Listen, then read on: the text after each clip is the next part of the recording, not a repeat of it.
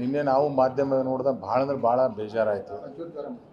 ಯಾಕಂದರೆ ನಿನ್ನೆ ವರಲಕ್ಷ್ಮಿ ಹಬ್ಬ ಇತ್ತು. ಅಂಥ ಸಂದರ್ಭದಲ್ಲಿ ಅಂಥ ಘಟನೆ ಆಗಬಾರ್ದಾಗಿತ್ತು. ಏನೋ ಈಗೊಂದು ಹೇಳಿ ಪಾರಾಗಕ್ಕೆ ನಾವೇನೋ ಹೇಳ್ತೀವಿ, ಆ ಕೋರ್ಟ್ ಆದೇಶ ಆಗಿದೆ, ಅದಾಗಿದೆ, ಇದಾಗಿದೆ ಅಂತೇಳಿ. ಕೋರ್ಟಿಗೆ ಹೋಗಿ ಬಿಟ್ಟದ್ದೇ ನಾವು ಫಸ್ಟ್ ತಪ್ಪು. ಯಾಕಂದರೆ ನಾವು ಅದ್ರ ಬಗ್ಗೆ ಮೊದಲೇ ಇದು ಈ ಥರ ಘಟನೆ ಆಗ್ತಂತ ಯಾರೂ ಯೋಚನೆನೂ ಮಾಡಿದ್ದಿಲ್ಲ. ನಿಜಕ್ಕೂ ಭಾಳ ಇದು ದುಃಖದ ಸಂಗತಿ. ಯಾಕಂದರೆ ವಿಷ್ಣುವರ್ಧನ್ ಸರ್ ಅಂದರೆ ಕರ್ನಾಟಕದ ಒಂದು ಕಣ್ಣಿದ್ದಂಗೆ. ಅಷ್ಟೊಂದು ಅದ್ಭುತವಾಗಿ ನಟನೆ ಮಾಡಿ ನಮ್ಮೆಲ್ಲರಿಗೂ ಮನೋರಂಜಿಸಿ ಒಳ್ಳೆ ಮೆಸೇಜ್ ಕೊಟ್ಟು ಭಾಳ ಅದ್ಭುತವಾದಂಥ ಅವ್ರ ಅಭಿಮಾನಿ ಬಳಗನೂ ಇದೆ. ಅಂಥ ಸಂದರ್ಭದಲ್ಲಿ ನಿನ್ನೆ ಘಟನೆ ನೋಡಿ ನಿಜಕ್ಕೂ ನಾವೆಲ್ಲರೂ ತಲೆ ತೆಗ್ಸಂತ, ಅವ್ರ ಅಭಿಮಾನಿಗಳು ಎಲ್ಲರೂ ತಲೆ ತೆಗ್ಸಂತ ಒಂದು ಸಂಗತಿ ಆಗಿದೆ. ಇರಲಿ, ಏನೋ ಒಂದು ಆಗ್ತಿರ್ತಾವೆ, ಇಲ್ಲ ಅಂತಲ್ಲ, ಬಟ್ ಆ ಜಾಗದವರು ಸ್ವಲ್ಪ ದೊಡ್ಡ ಮನಸ್ಸು ಮಾಡಬೇಕಾಗಿತ್ತು ಅಂತ ನಮ್ಮ ಆಸೆ. ಯಾಕಂದರೆ ಮುಂಚೆನೇ ಈ ಥರ ಆಗಿತ್ತ ಯಾರಿಗಾರು ಗೊತ್ತಿದ್ರೆ ಸಾಕಷ್ಟು ಜಾಗಗಳಿದ್ವು. ಆದರೂ ಆಯಿತು, ನಾವು ಸರ್ಕಾರದವರು ಎಲ್ಲಿಯೋ ಹಿಡಿಯುತ್ತೇವೆ. ಈಗ ಹಲವಾರು ಸಂದರ್ಭದಲ್ಲಿ ಇದ್ರ ಬಗ್ಗೆ ಬಂದಾಗ ಸರ್ಕಾರವನ್ನು, ನಾನು ಹೇಳ್ತಿರೋ ಕಾಂಗ್ರೆಸ್ ಸರ್ಕಾರ ಅಂತ ಅಷ್ಟೇ ಅಲ್ಲ, ನಮ್ಮ BJP ಸರ್ಕಾರ ಆದಿಯಾಗಿ ಎಲ್ಲನೂ ಹೇಳ್ತೇವೆ, ನಾವು ಇದರಲ್ಲಿ ಹಿಡಿಯುತ್ತೇವೆ.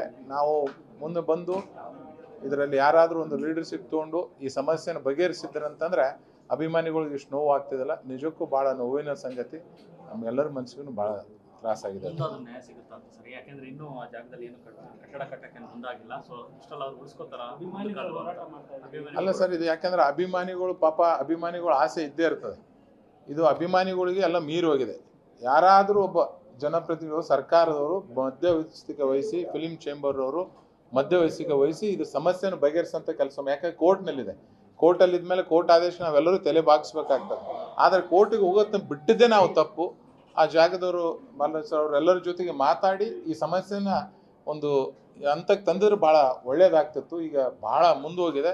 ಆದ್ರೂ ಮಧ್ಯಸ್ಥಿಕೆ ವಹಿಸಿ ಅದೇ ಜಾಗದಲ್ಲಿ ಪುನಃ ನಿರ್ಮಾಣ ಮಾಡೋಕ್ಕೆ ಜಾಗದ ಓನರಿಗೂ ಎಲ್ಲರಿಗೂ ಮನವೊಲಿಸಂಥ ಕೆಲಸ ಸರ್ಕಾರದವರು ಮತ್ತು ಫಿಲಿಂ ಚೇಂಬರ್ ಅವರು, ಇಂಡಸ್ಟ್ರಿಯಲ್ ದೊಡ್ಡವರು ಸೇರಿ ಮಾಡಿದಾಗ ಮಾತ್ರ ಇದಕ್ಕೊಂದು ಅಂತ್ಯ ಸಿಗ್ತದೆ. ಇಲ್ಲಾಂದ್ರೆ ಪಾಪ ಅಭಿಮಾನಿಗಳಿಗೆ ನೋವು ಆಗೇ ಆಗ್ತದೆ. ಅಭಿಮಾನಿಗಳು ನಾವು ಬೇಕಾದ್ರೆ ದುಡ್ಡನ್ನ ಎಲ್ಲಾನು ಕಲೆಕ್ಟ್ ಮಾಡಿಬಿಟ್ಟು ಅದಕ್ಕೆ ಎಷ್ಟಾಗುತ್ತೆ ಅಷ್ಟು ಕೊಡಕ್ಕೆ ರೆಡಿ ಇದ್ದೀವಿ, ಮಾಲೀಕರು ಜಾಗ ಕೊಡ್ತಾ ಇಲ್ಲ ಅನ್ನೋ ಒಂದು ಆರೋಪ ಮಾಡ್ತಾರೆ. ಅದಕ್ಕೆ ಹೇಳ್ತೀನಿ ನಾನು, ಈಗ ನಾವು ಅದಕ್ಕೆ ಅಭಿಮಾನಿ, ನಾವು ಒಬ್ಬ ಅಭಿಮಾನಿಯಾಗಿ ನಮ್ಮ ಕೈಲಿ ಎಷ್ಟಾಗ್ತದೆ ಅಷ್ಟು ಕೊಡೋಕೆ ನಾವು ರೆಡಿ ಇದ್ದೇವೆ.